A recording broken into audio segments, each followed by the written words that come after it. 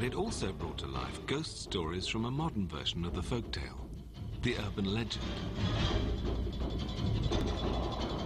One of the most frightening entities channeled by the Jelangkung is the ghost of the crawling nurse. The story has its roots in a dark chapter of Indonesian history. Legend has it that the crawling nurse is the ghost of a blonde Dutch nurse, Suster Nursot, who haunts the hospital where she once worked. During World War II, it's rumored that she was raped and killed by Japanese soldiers. They brutally cut her legs in the attack, and to this day, she crawls seeking vengeance. The story has been circulating in Indonesia for many years, but Jelangkung marked the first time she was brought to life on celluloid. The crawling nurse is very real in the minds of Indonesians. There have been sightings of her at this old colonial hospital in Jakarta, and it's here that several scenes of Jelangkung were actually filmed. I think Indonesian audience would love to see a local ghost than to see let's say a Dracula or vampire or, you know, the Western kind of ghoul or monster. And I think that's where the local comes in. Even we have the Suster Ngesot, which is the crawling nurse. That's very local. And so people have heard about this, but they never saw it on film. The ghosts in Jelangkung were so vivid in the imagination of the audience that many viewers were convinced that they saw actual ghosts in the film. In this scene, where the group consult a witch doctor, there is a mysterious figure that appears behind them. Actually, it's a kind of shadow. I think it's a girl. She's just hanging by the window. The ghost is not just a movie, but there is a real ghost in there. Yeah, that.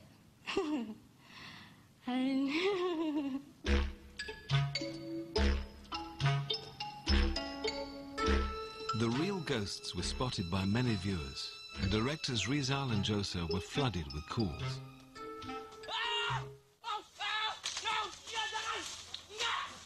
We realized that once the movie is out, it's not yours anymore. It's, you know, people have different takes, people have different experiences, and people just, you know, they may see something that we didn't, and, you know, it just becomes, this whole communal movie.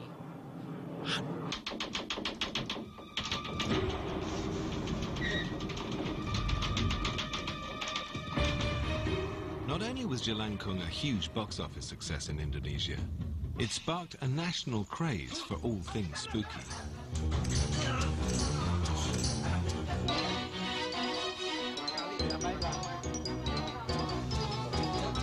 The film inspired a glut of national television shows about supernatural phenomena. One of the most popular is the world's first Ghostbuster reality show, Pemburu Hantu.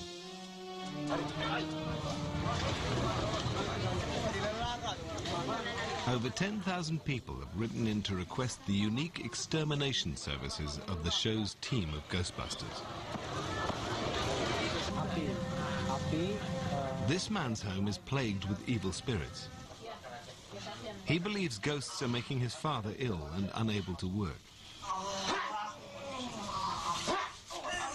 The team do battle with the spirits until they finally capture them in glass jars, and the house is cleansed.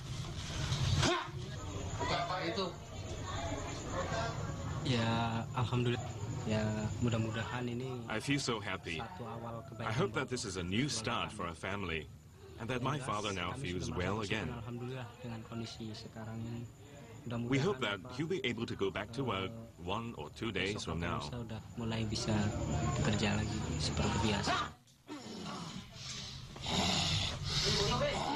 The show may look theatrical, but in many parts of Southeast Asia, the supernatural and showbiz go hand in hand. I think Indonesians are crazy about ghosts because in one point or another it becomes sort of or of an obsession or having an experience with the supernatural becomes an entertainment in itself. Ya.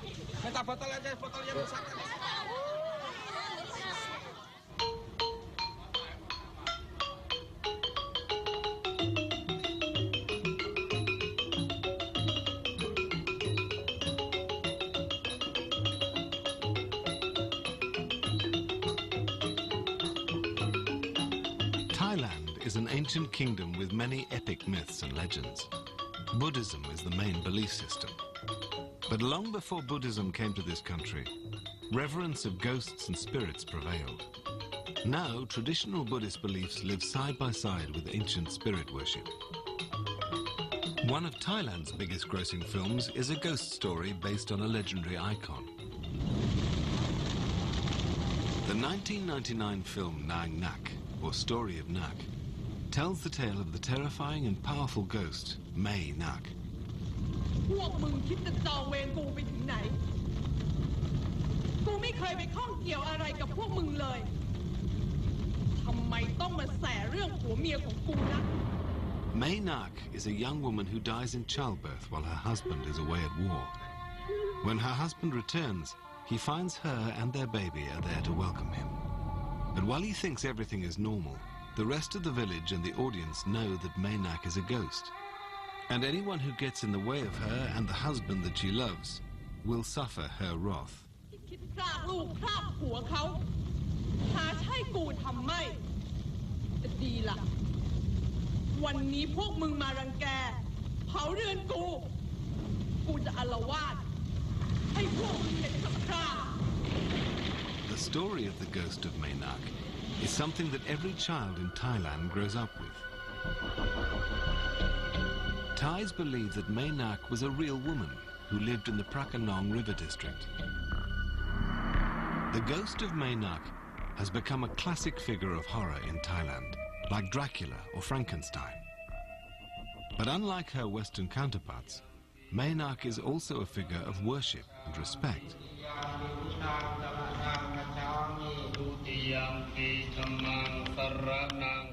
This is the Mahabut temple outside Bangkok. It's believed that the site of this shrine is her final resting place. Here people come to worship and pray to the ghost of Mae Nak. Mae Nak's loyalty to her family after death means she has a special place in the hearts and minds of Thai people. I think she'd be worshipped partly because she is this strong figure of womanhood in Nang Nak. There's her strength as the good wife, as a good model of femininity, even though she's also a scary figure, but at the same time she's a figure of the faithful wife. And another struggle that's present in the film is between her female will and the patriarchal institutions of Buddhism. That the monks have to keep telling her, you need to back off and stick with the Buddhist order, stick with the law, stick with the patriarchal line, which is in charge, in power in this country. And she keeps fighting that throughout the film. She insists on, no, what about my family? What about our love? What about our connection? And the film gives voice to that, gives voice to this other set of authority, this other perspective.